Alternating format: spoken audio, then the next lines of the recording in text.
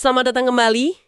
Hari ini kita punya bahan yang menarik banget nih. Sebuah obrolan mendalam sama Larry Fink, tahu kan? CEO-nya BlackRock. Oh, BlackRock. Iya ya, raksasa manajemen aset itu ya. Betul. Perusahaan yang mulai tahun 88, terus IPO 99, nilainya cuma 900 juta. Sekarang udah sekitar 153 miliar dolar. Wow. Itu naiknya, gila ya, 17.000% kapitalisasi pasarnya sejak IPO. Gila. Gila sih itu pertumbuhannya, luar biasa. Nah, kita mau gali nih dari sumber ini, apa sih rahasia di balik BlackRock? Tapi bukan cuma itu, kita juga mau lihat pandangan Fink soal tantangan ekonomi global, terutama defisit AS yang, ya ampun, gede banget, dan soal kepemimpinan zaman sekarang. Siap ya, kita bedah. Siap-siap. Sumber ini bagus karena perspektifnya langsung dari puncak pimpinan finansial global ya. Dan yang menarik, dia nggak cuma ngomongin suksesnya BlackRock aja. Justru banyak nyinggung isu makroekonomi yang ya penting buat kita semua. Kayak utang negara, pertumbuhan AS, dinamika global gitu. Oke, relevan banget ya berarti. Banget. Ini nyangkut stabilitas ekonomi, investasi kita juga kan? Sip, mari kita mulai dari BlackRock-nya dulu deh.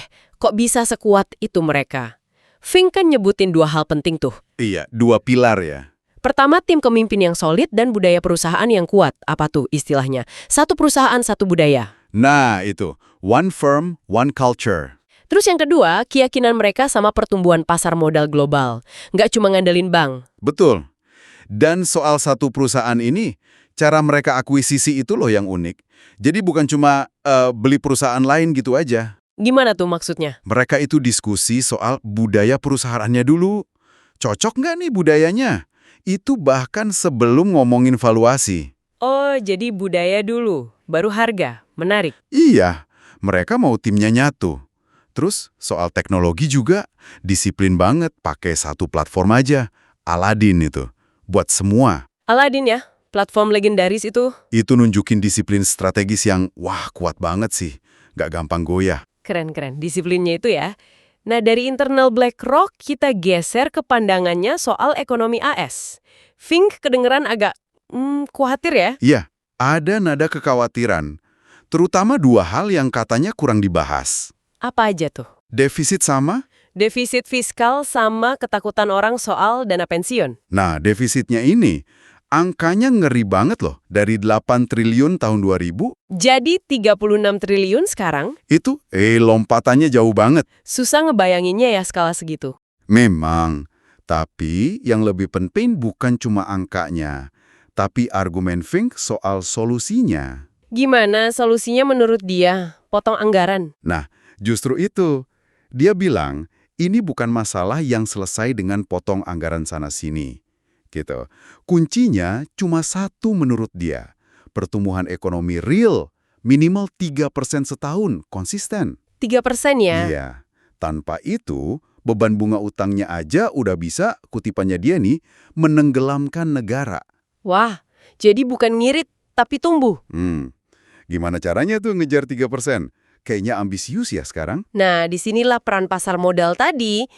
Solusinya Fink itu buka keran modal swasta gede-gedean. Arahin investasi ke infrastruktur, transisi energi, teknologi baru, sektor-sektor vital gitu. Oke, jadi investasi swasta digenjot. Betul, tapi ada syaratnya. Pemerintah harus mempermudah.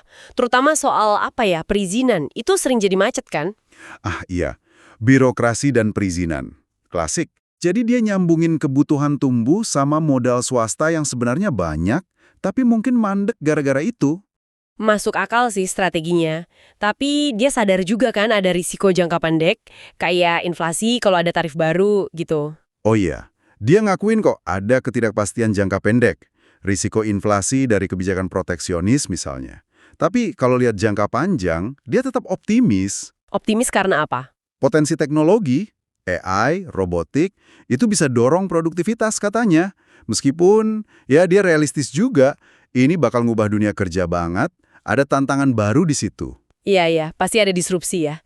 Oke, terus soal kepemimpinan. Di zaman sekarang yang serba nggak pasti ini, kualitas pemimpin ideal itu berubah nggak sih menurut Fink? Kualitas intinya sih mungkin sama ya. Integritas, visi, eksekusi.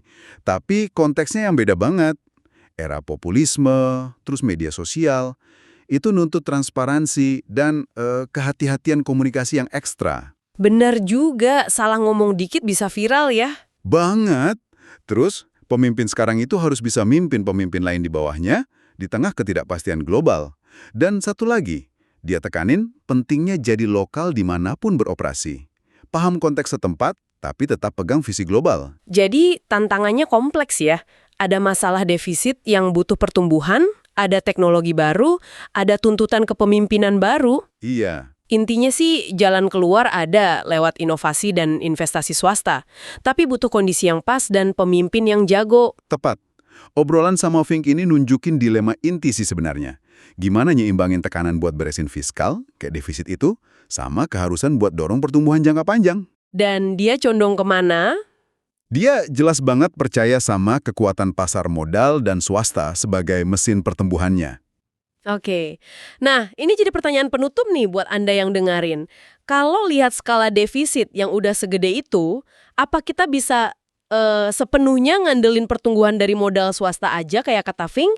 Atau jangan-jangan langkah fiskal yang lebih fundamental, mungkin dari sisi belanja atau pajak negara, tetap harus jadi fokus utama juga dalam obrolan kita ke depan?